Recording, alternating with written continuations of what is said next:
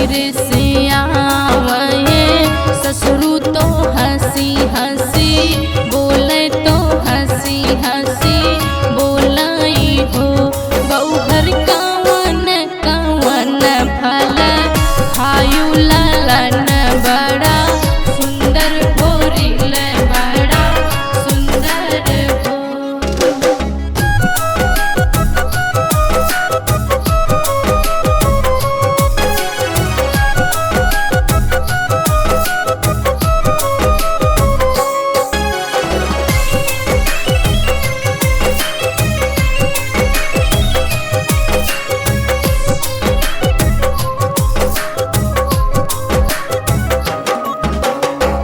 माघ में खाए घर बुझवा साढ़ तर बुझवा साढ़ तर बुझवा हो।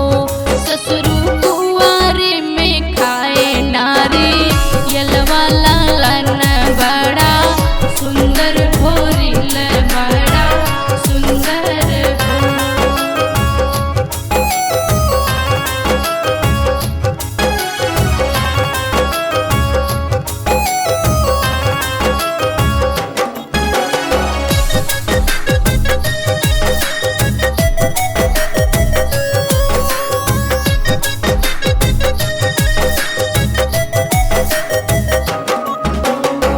महला से उतरे सासू तो हंसी हंसी बोले तो हंसी हंसी बोलाई हो। बउहर कवन कवन दान पिहलू ललन बड़ा सुंदर होरिल बड़ा सुंदर हो।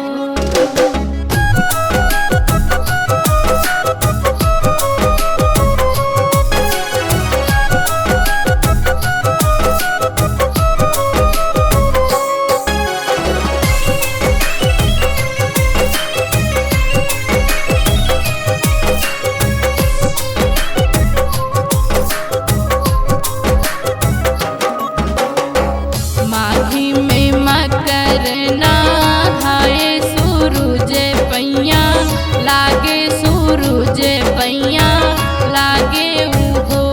सासू मोतियन के दिहे हम दान ललन बड़ा सुंदर होरिल बड़ा सुंदर हो।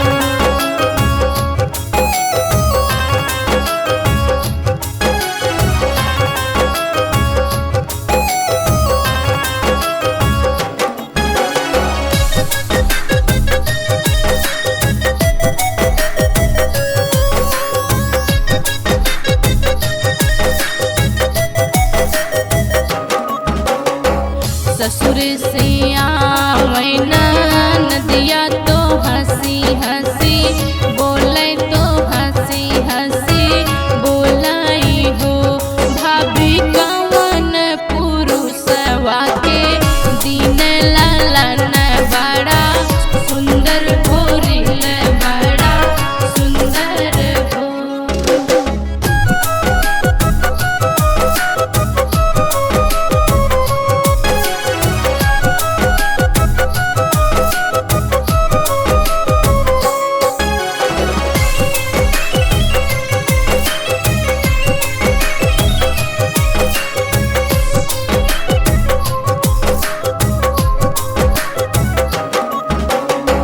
कार्तिक में तुलसी दियना बार देवढ़िया के बैठे देवढ़िया के बैठे उहो।